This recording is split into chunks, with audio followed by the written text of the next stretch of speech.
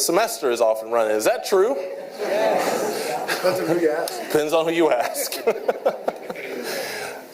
It has been what we have estimated as a really, really powerful start to the semester. I think just today I've had several people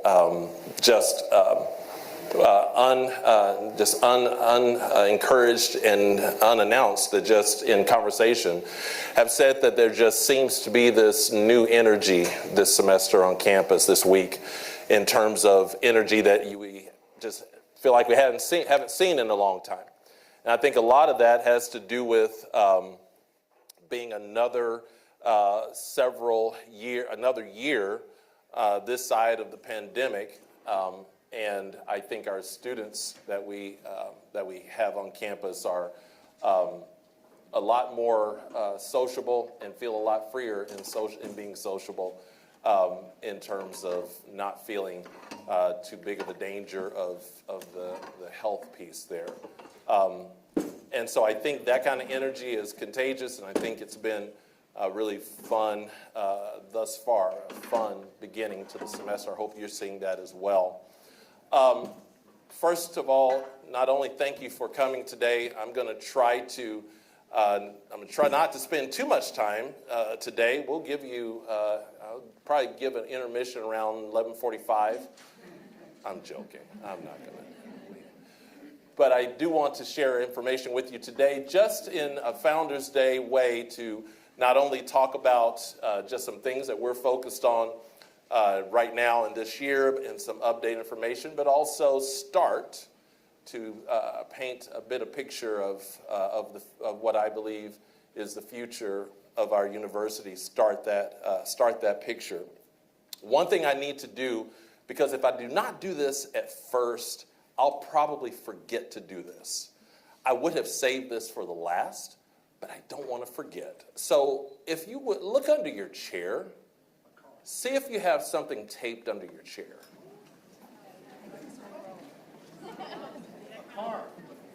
There's no car there. You're looking at Pink, not Winfrey.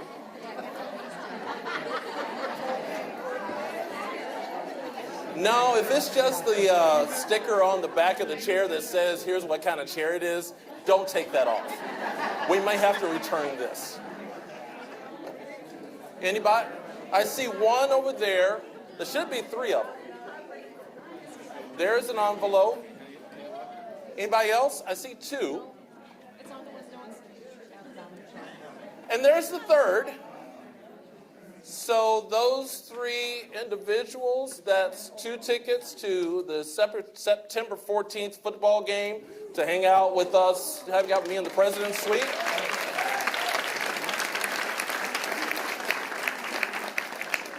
Bring a friend. That's going to be fun. That's here in a couple of weeks in watching our football team go at it and hopefully just beat someone senseless. So that'll be fun. And congratulations to those three. Make sure you get with Maggie before you leave to make sure we get all those arrangements made. There's no card involved in that. So I would just tell the rest of you, keep paying attention over the next week or so. You never know what else comes out. All right. Welcome to Founders Day. What I want to do today is start out with just giving some update information, just to kind of give you an idea and a sense of 3 different things that we have either in progress, started, or on the horizon. I will tell you, when we talking about that first topic of a new finance model, many of you, I think, have either seen or met one of our newer additions to the executive team here at Ferris State, Mandy Matheson, our new Vice President of Administration and Finance. Mandy, please stand.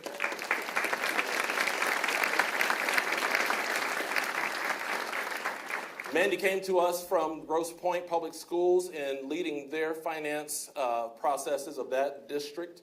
Before that was in Ann Arbor at that district, and so what she brings to the table in terms of running large budgets, large organizations is helpful from a finance standpoint. I mention that because many of you, I just need to say thank you to you, because several months ago, we embarked upon what I just call a monumental task. It was one of those in welcoming Mandy to the campus. Hey, glad you're here. Hey, guess what we need to do? I had mentioned to you a year ago, and probably even 2 years ago as well, in this setting, where we were looking at doing some major changes in just how we are, our framework of how we handle finances at the university, and how we do our budget processes. And I'm just incredibly pleased to be able to say that the work that Mandy and her team has done with many folks across campus, and again, it's a shift, it's a change, and change can sometimes be hard to get to, clanky, sometimes messy, but on the other end, in many cases, you're better off for it as an organization, and I think that's the case here, whereas we now have, in standing up, a much more, not just efficient, but from my standpoint, a more common sense of what I've seen in other organizations I've been a part of, in how we do our budgeting and how we do our finance. And for a budget process to now be very inclusive of all areas on campus in terms of asking you the question, so what does it take for you to do what you do, and what else or do you not have that you need? And obviously, not that we can look at that list that probably totals $3.7 billion of what you need. Obviously, it's not something you can look at and say, yep, we're going to flip a switch and be able to do that. But what it means is that we have a process in place now that is more aligned. Again, there's a selfishness on my part to say, other institutions I've been a part of, here's how we did that. Fortunately, I was bringing in a CFO who has that kind of background as well on how those things are done. And I'm very excited about how we get to the next place when it comes to how we handle the finances of this and how we are stewards of the finances of this university. And so when you talk about a process that involves those individuals, those budget managers, and those departments, both academic and non-academic, being able to say, here are some needs we have, and for us to be able to look at that and start addressing some of those needs and saying, how can we get to a better place for your finance needs? I'm very excited about that. Again, it doesn't come with some levels of heavy lift, because that's what it is. And we're not all the way there yet, but my goodness, there's good movement in terms of getting to what I believe is a more understandable place, at least. I don't like to say better or worse. I think just more understandable from perspectives of budgeting. So I wanted to start out by pointing that out. I will also say here we are, day 4, fourth day count. And when I looked at the numbers today, and Janine, Mandy, you guys throw something at me if I'm wrong, but don't throw anything hard at me. But it looks like from what we had budgeted as far as this fiscal year budget is concerned, we are right on pace to meet that budget of what we forecasted. And maybe a little bit shy, a little bit over possibly of what the forecast was of how we budgeted. Hopefully, as we get that in, our credit hours, our student credit hours are up from last year. Our numbers as far as head count are almost, I would say, almost flat is what I would call it. And I say thanks to many of you in this room, because that's always a monumental effort when it comes to helping our students know that are here the value of a Ferris State education, and also in bringing new students in, because we'll talk about enrollment here in a second in terms of one of the initiatives this year. But when I talk enrollment, understand that's, to me, enrollment truly isn't just about how many people did you bring in.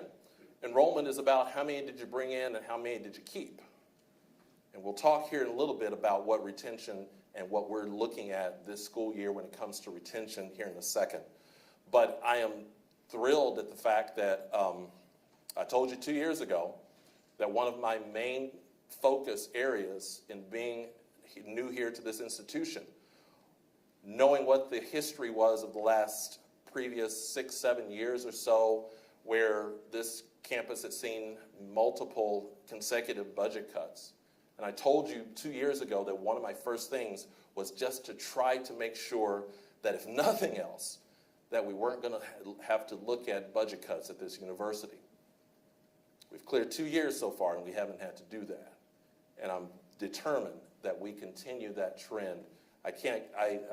Lord knows, with all the headwinds that we know, with people talking about population cliff here, and I will, as I've said to many folks, I don't know if I've ever in my career seen the value proposition of higher education more in question than I see it today. Never seen that before, of folks who question the value of what we do in terms of the after graduation picture for our students. And I put us up against anybody of what our students finish with here and what they're doing once they're done, and how a fair state education truly leads to a much better life for our graduates. I'm still convinced of that, and the data shows that. But with those kind of headwinds, we still push forward. And our hope, and my hope, is that we continue to be able to exist financially in that kind of a space. But big thanks to all of you who focus and pay such attention to all those elements in your everyday work here on campus. But big thanks again to Mandy and her team. The second thing I want to give you is an update on the Jim Crow Museum project, because I have many people who will from time to time ask me about how that is going. You will remember that a couple of years ago, and coming in 2 years ago, I was made privy to the fact that Dr. Pilgrim and his team, that we were, as a university, had cleared and was working on the idea of building a new facility for the Jim Crow Museum. I often have people ask me about how that's going. That's a $22 million project, fundraising project, if you will, or price tag for that new facility. And so we, for the last 2 years, have been paying close attention to how we can get those dollars so that we can start in on construction of that facility. I will say thanks to so many people in this room, but I want to first of all point out our Vice President of Government Relations, Dan Eichinger. Dan, stand up, take a little something there.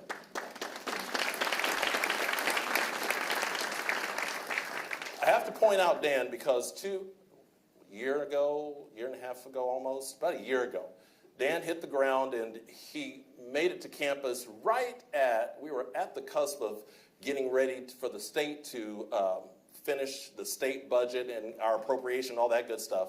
Well, Dan, as he hit ground, to say he was running would be an understatement, because in that first iteration of his being here, within a couple of months as we were looking at the state budget, Dan, along with a lot of work, was able from the state to be able to secure a $5 million allocation for the Jim Crow Museum for that project. $5 million.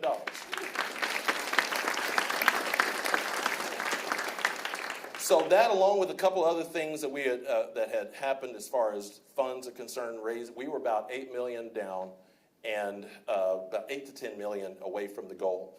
And so continuing, and then coming into this budget cycle for this year, for this fiscal year that the state just entered, Dan was still pushing on the state, because the funds that came to us before were from the Senate side. He said, hey, we hadn't had anything really from the House. They ought to be anteing up too. So the more we worked and the more we dug a bit with that, another $4 million came in from the state. So friends, we are $4 million away from the fundraising goal. $4 million. And I am very determined, as I know that gentleman in the back of the room, Dr. Pilgrim, has that same determination, for us to get that $4 million done, get it over the finish line so we can start pulling that building up out of the ground so that our campus community, the community of Big Rapids, the county of Mecosta, the state of Michigan, and the United States will know on this campus is the most significant historical museum to chronicle that period of Jim Crow Museum all the way up until now, and to be a teaching tool, because that's what it is. It's a teaching tool to help us understand the past so you don't repeat it, and to help all of those folks who still come through that museum of groups that are coming. I have CEOs and companies from friends that I know across the state that say, Bill, I want to bring my team to the Jim Crow Museum. Sure, come. And the experience they have in that museum is amazing. It will be that much better once we get that building out of the ground. So big thanks to Dr. Pilgrim and his team as well for the good work that they're doing there.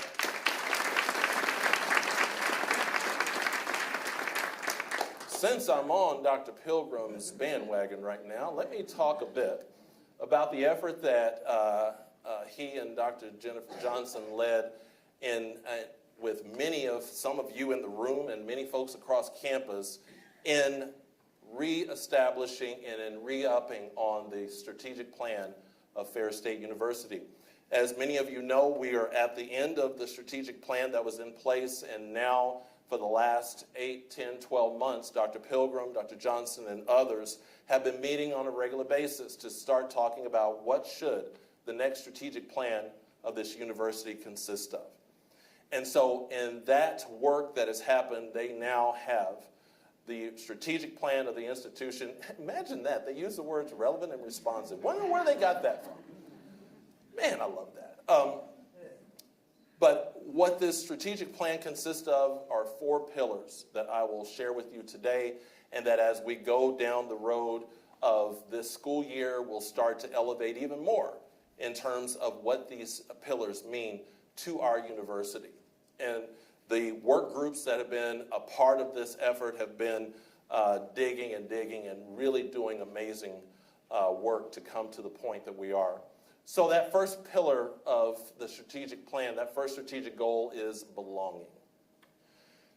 I am a believer that no matter what we talk about, and when you talk about some of the, across the country, all the things that are happening in many states around whether or not diversity, equity, inclusion efforts are still in place, get removed, all these conversations that are happening around DEI, whenever I am asked to talk about diversity, equity, inclusion, I always come back to belonging. Because if you have a problem with DEI, if people have a struggle there, I can always come back and say, you know what, put that aside. Ask yourself the question, does everyone on your campus feel like they belong? And if the answer is no, what do we do about that? And if the answer is, for those folks who say, yes, I feel like Ferris State helps me feel like I belong there. I'm a bulldog and I belong at Ferris State. That doesn't mean that the world or the organization is perfect, because if that's the case, show me that one. I want to be a part of it. But what it means is that there are elements and pieces in place that help everyone to understand that they are not only valued, but that you truly are a part of this bulldog family.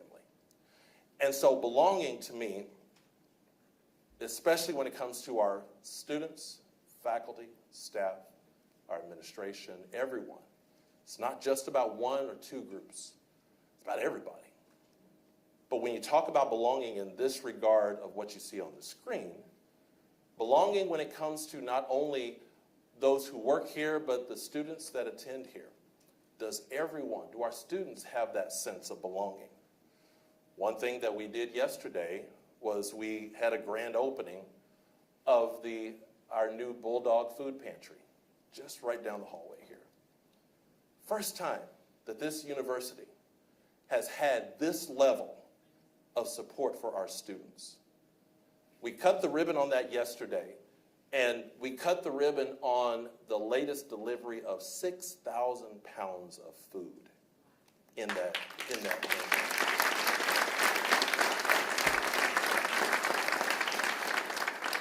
You can tell with the excitement on Dr. Pilgrim's face on that screen. Actually, you can't tell, but the day yesterday was amazing because it was historic for our university. And I think it's worth noting that yesterday the pantry opened and it served 50 students yesterday. 50 students. So if you ask a student, does my university take care of me? Do I feel like I belong? Because they're looking out for my needs as much as a university can. Well, you talk about how we support them academically and the great work that happens in classrooms. You talk about support academically from a tutoring and advisement standpoint. That is good work that we do. You talk about support of our students when it comes to just the idea if they do not have clothing for an interview. I don't have professional clothing. First Lady's Closet, right here in this building. We address that need. We try to help you address that need. And now, in the same building as that First Lady's Closet, is a food pantry that says, if you need, we have it for you. So that's an amazing thing for this. But again, hits into that one pillar, that first pillar of belonging. That next pillar, innovation. That one is one that I think in some regards, you look at that and it becomes sometimes a bit elusive of what is that? What does it mean? Well, one of the nice things about what we have here at Ferris State is that we have folks who are very focused on what does innovation mean when it comes to our university. And where do we stand and how do we need to stand strong in that space? Well, it means enough to us now that it is one of the pillars of our strategic plan. And I think that the work that is going on with those leads, because not only are we talking about the work and the good work that is coming out of Academic Senate with innovation, what Dr. Casey Thompson and being a strong leader on this campus around innovation in Grand Rapids with what happens on our Kendall College of Art and Design and the work that John Maroney does with innovation there. We have to make sure as an institution we are keeping a close eye and the work and what does that mean and how do we move that forward for our campus, that idea of innovation, important enough that it's determined that we need to have that as part of the strategic goal of the institution. Student excellence being the third. I don't think any strategic plan of a learning organization, whether it be college, university, high school, K-12, the idea of student excellence should always be woven within a strategic goal and a strategic plan of that organization. And as you see, for an institution like ours and the reputation that we have as a university that not only hits very strongly when it comes to student excellence, but hits very strong in terms of the outcome for those students and what they do after they finish here, you have to have that. You have to make sure that you never get complacent with that. It's easy for us to get complacent when it comes to those things and say, well, that's what we always do. But you always have to make sure that you're asking yourself the question, how do we become even better at what we do so well already? It was interesting to me, I think about this when this last summer, I was asked to testify in Lansing in front of a couple of committees on the House side. And myself and another individual that was testifying, there were about 4 of us on that panel. And one of my friends, who is president at Macomb Community College, was on there as well. And so before we started, he came and said, hey, Bill, we saw each other and hadn't seen Jim in a while. And Jim said, Bill, you just need to know that you guys have a history of really doing well when it comes to community colleges and the work that you do with community colleges. He said, Ferris State has always been the top. He said, but you need to know others are starting to catch up. Because they have also, other universities, they've also started to see the value of not only the freshmen walking in their door, but the value of the relationship with the community college of that transfer walking in the door. And he started talking about a couple of schools that have come and signed this and that. I said, Jim, I appreciate that. Thank you. That's very helpful. That's something that we, as again, what I was saying earlier, excellence, you can't ever feel that you've arrived. You always have to think, how do we become better? And what is the next? What's that next step we take when it comes to things like the many things that we do so well here? But when it comes to things like transfer, we start asking the question now, what's next for us?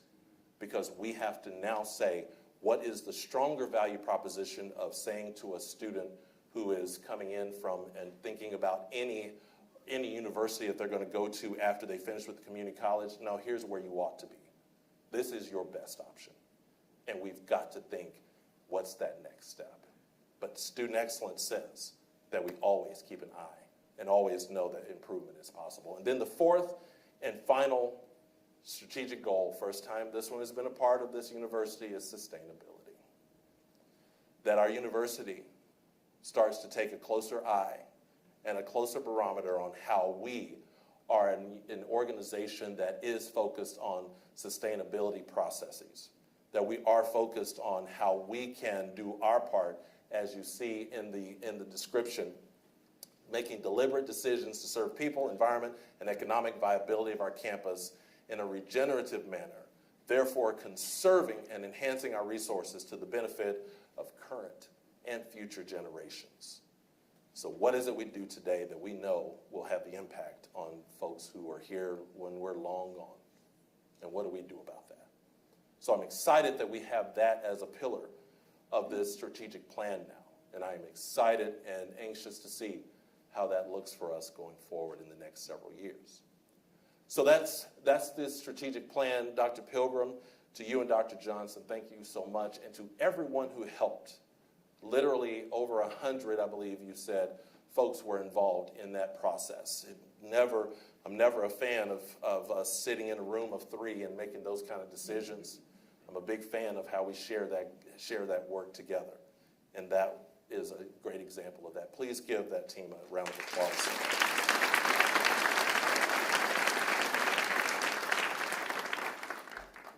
By the way, Maggie Walcott and Terry Cook are awesome. Just going to tell you that. Not that the rest of you aren't. So let me talk about 2 focus areas that are really, I would say, very strong on my agenda for this coming school year, and also on the agenda of many of our school leaders within my leadership team, and then as it will spread out to others across campus, you'll see why these are 2 important areas to us going forward. Let me talk about the first, retention. As I said earlier, part of enrollment, and I think arguably the most important part of enrollment, is retention. Now you may say, but Bill, Bill, I feel like that the new student population coming in is the most important. I didn't say they weren't important, but the strongest opportunity you have with enrollment starts with the students who are already on your campus.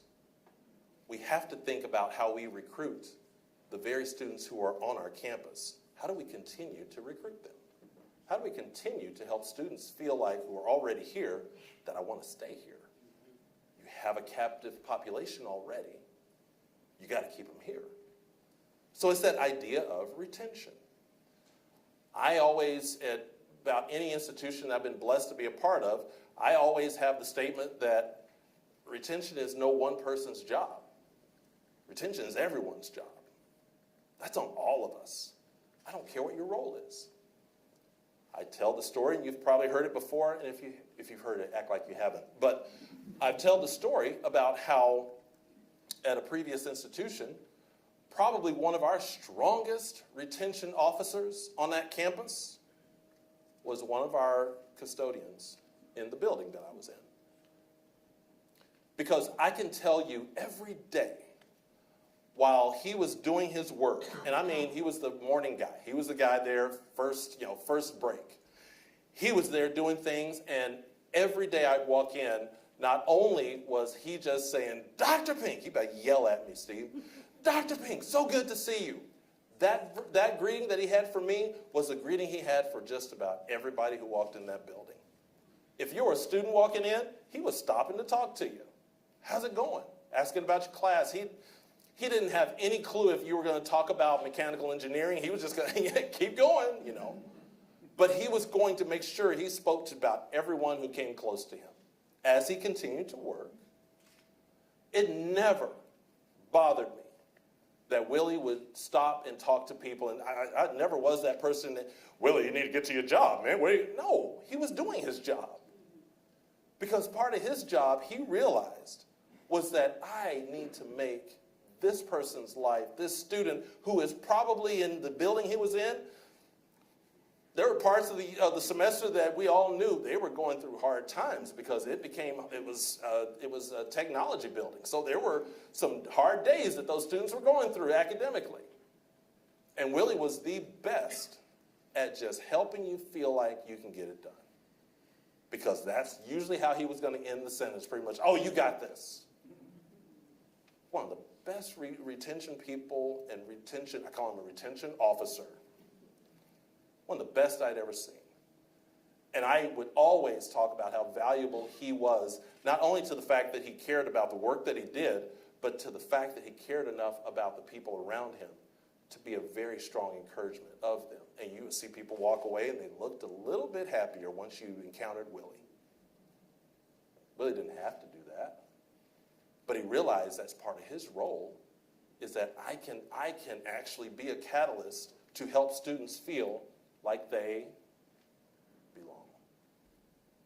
So that idea of retention, what you will hear from us this year, you will hear of us pulling together groups of folks. And the provost, Dr. Fleischman, Vice President Ward Roof, Janine, focused on how we work together, how those units work together, as well as pulling others in to start in on the conversation of how is it that we develop ourselves even stronger and pay closer attention to the idea of how we let our students know who are already on this campus, we value you being here and we want you to stay. So that work to me is incredibly important. And in so many places that I have seen, so often that kind of work gets overlooked because you say, well, we got them here. We got to get the new group in. Doesn't take any attention off the new group, but we have to make sure we're focused on those students who are already sitting here and saying, what does Ferris have for me? Because that's a constant question. Just because they're here doesn't mean they have that answer already. So the idea of retaining our students is invaluably important, and we will dive into that one strongly this year. But the other thing we'll be diving into a bit deeper.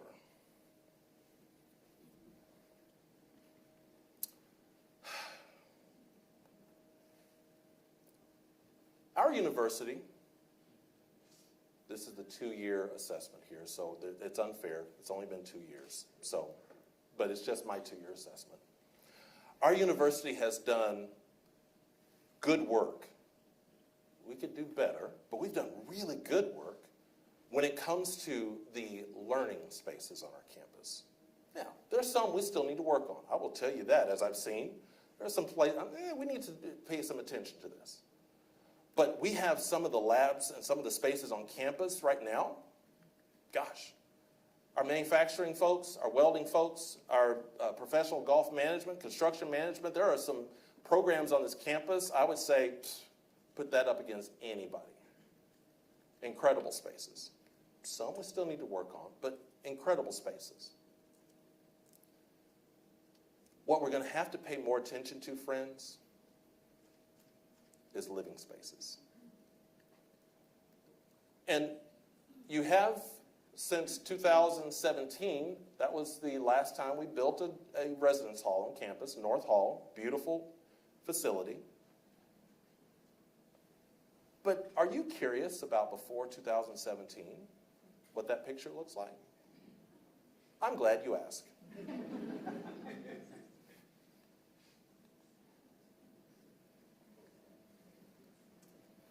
Just take that one in for a second. So what you see there, these are our dorms, if you will, our residence halls. And you see North Hall at the bottom. You have the suites at the bottom, 2010 and everything. Starting at Kramer, work your way up.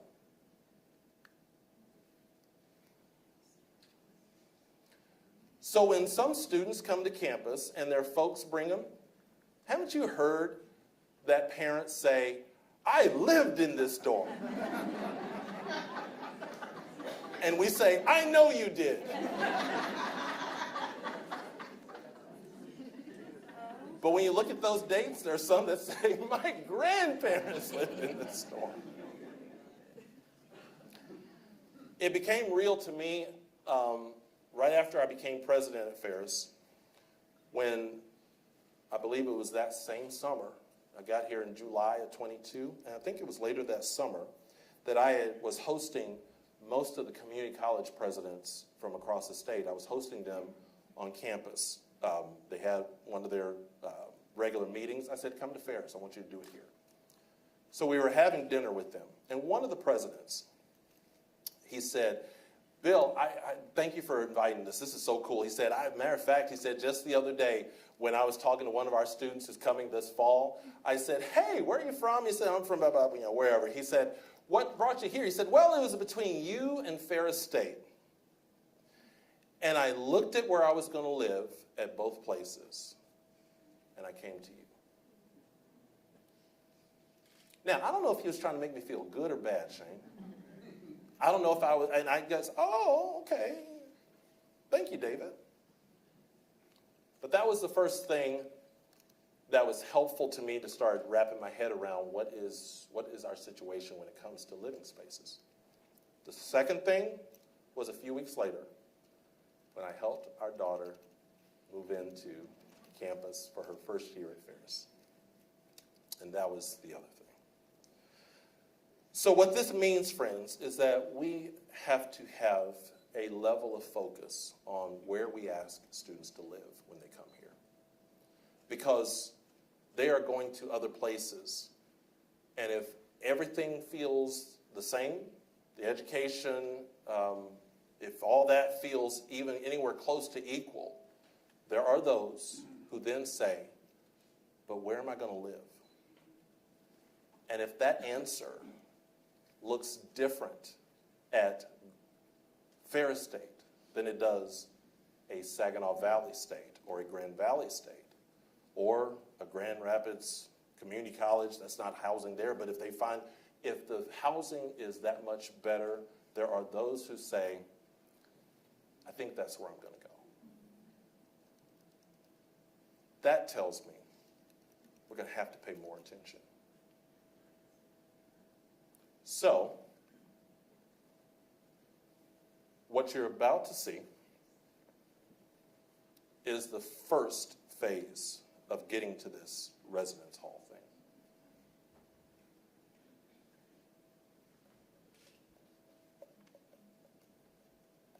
Now, the building over there, don't tell anyone you saw that, but we're going to talk about it.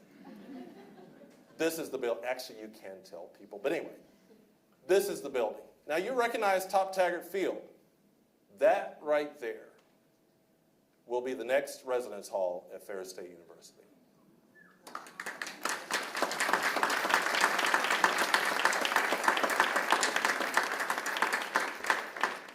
Now, pink, why are you putting it at the football field? Because, first of all, we're Ferris State University. We are known to be the first to do almost everything. We will be the first university in the state to put a residence hall right in the midst of the footprint of one of our athletic complexes, this case, the football field, that it has a different level of attraction for those students who will be coming in, and it has a different level of service altogether.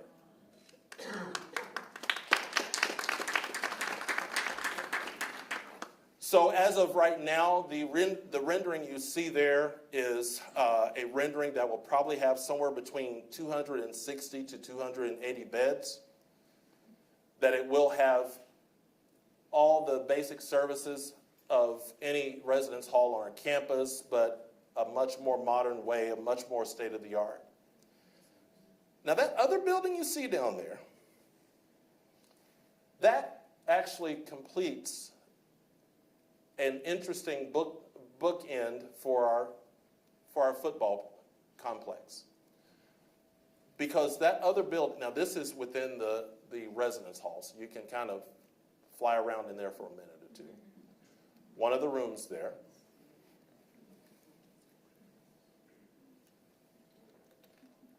I hope this isn't making you dizzy. But the idea here, friends, is that if we're as a campus are going to help students feel better in terms of where we ask them to live, we have to provide better living places for them. And I honestly do not think we have much of a choice on that.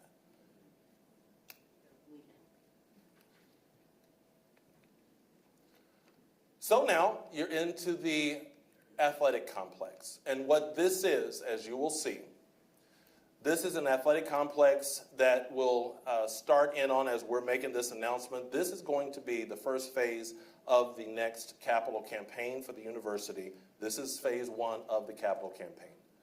What this does is, honestly, I wish I could tell you that that we'll be the first in the conference, first in the state to have. Now, this actually kind of catches us up to many of the folks that we play already that are within our conference. What this is an indoor football complex as far as the indoor field is concerned, as well as a track around that field. What this is, though, friends, this will not only service all of our outdoor sports, because if you are on our track team, you have an indoor facility to practice in. If you're on our softball team, you have an indoor, when it's February, you have an indoor facility to practice in. If you're one of our intramural programs, you have an indoor facility where we can have intramural programs. If you are a person who lives in Big Rapids, Michigan, and you want to go walk and get exercise in the middle of February, but it's too cold outside, I want you to come to our complex and walk around. This will be that type of a complex. So, again, what it means is that we have to provide and show to our campus community and to our community in general of how we look at our students and look at our community and say, yes, you matter enough that we want to do the work to upgrade where we ask you to live and to provide more of a sense in that other facility of, by the way, what that will also have, that facility, that athletic complex will also have, get ready, a locker room for our football team. Now, some of you are saying, "What do you say?" And others of you who know the history. So, our football team, in case you hadn't noticed, Top Tiger does not have locker room over there. Our guys basically dress over at Wink and then come over to the football field for games and practice. But we're two-time national champion. But anyway, so what this will also do is reduce that in terms of asking our student athletes to do that. So from a football perspective, they will have locker room where they will be able to dress and have their stuff at the field where they're actually practicing and playing. The opposing team will have them spaces as well. But the point making there is that that facility actually moves us from being close to the bottom, moves us back into a place where we have a level of pride and swagger when it comes to the facility that we ask people to come and watch our student athletes play in. And so that for us is phase 1. That residence hall, that's the first. But we then, after that, we get that one done and we take a deep breath and then we start in on where's the other one. Because here's the thing.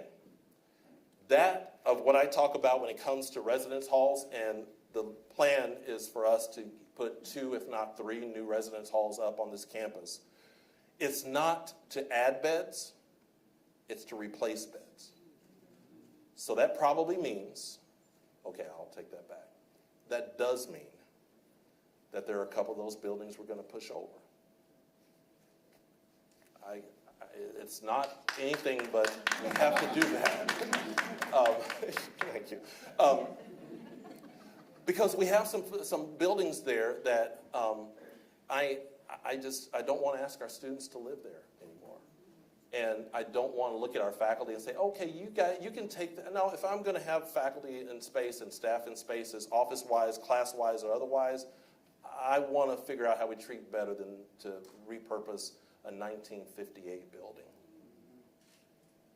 So with what we do there, as I said, as you build, you have to then do something different with existing, and that may mean that what gets pushed over may have another one go in. That may be the next space. We're not at the place yet to do that planning because we're just embarking upon this planning.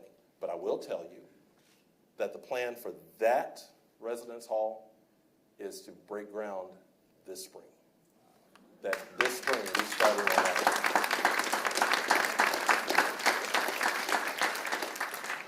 We'll share more with you about that whole capital campaign piece as we get down the road.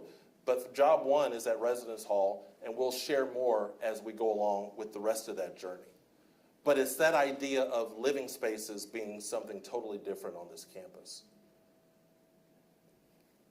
I will tell you that when I think about this work, I think about just personally, I often think to myself with the work that we do, now it gets personal, the work that I do, I often think about, first of all, I usually think about, first of all, I think about the God I serve, and then I think about my parents and asking the question, is my Lord and are my parents, are they proud of what we're doing?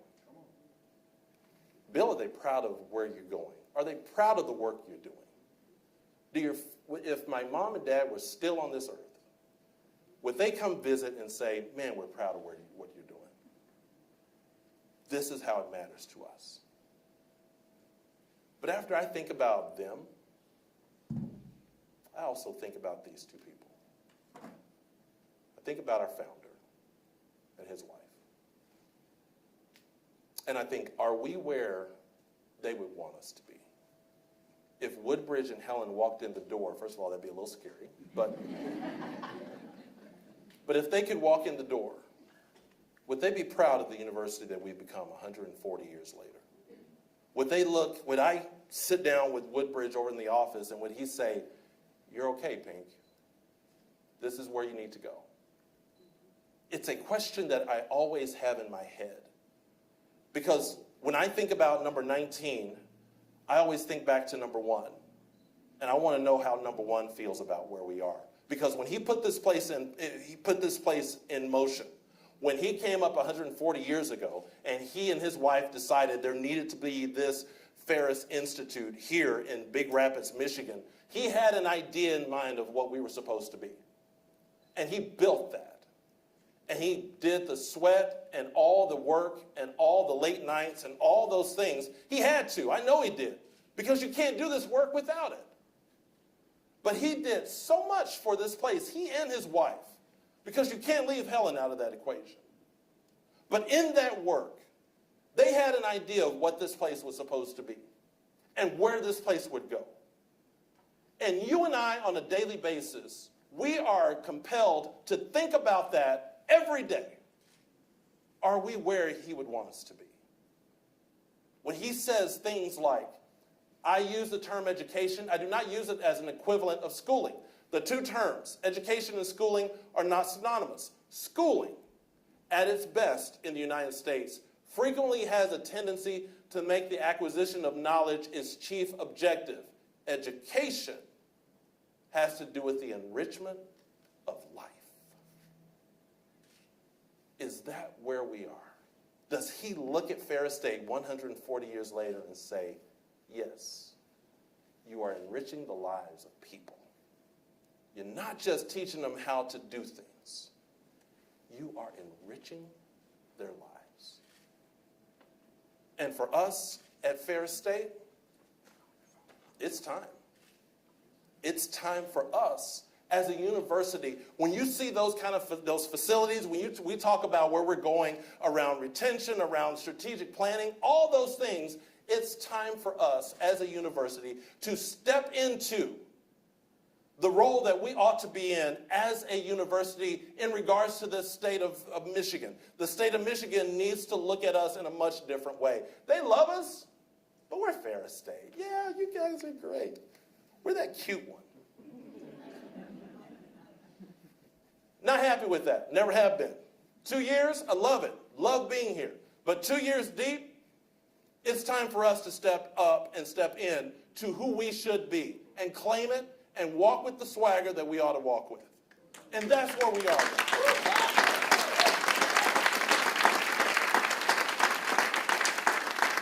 So it is a matter of helping our students get that swagger. It's a matter of you and I having that swagger that we let people know that Ferris State University is the university, that we are no second place to anyone, and that when a graduate leaves here, they hang that Bulldog banner proudly. And our graduates leave and they say to everyone, not only am I a Ferris State graduate, I'm a proud Bulldog. And if we're not breeding that with them now, shame on us, because it's time for us to step into that. You're going to hear those two words so much this year, I'm going to just beat you up with those two words. Because I need every one of you to come along on this journey. It's going to be a fun journey. It's going to be rough because there are things that are heavy lifts. But that's what it takes to be great. It takes heavy lifting. It's not easy. And I wouldn't want it to be easy. If it was easy, I'd go somewhere else. But it's worth the work. It's worth the effort. It's worth the lift. I certainly hope that you're coming alongside me. If you can't do that, go somewhere else. Go somewhere else. Because that's how serious we have to be. Because our students matter. And that's how serious it is. Go Dogs. Thank you.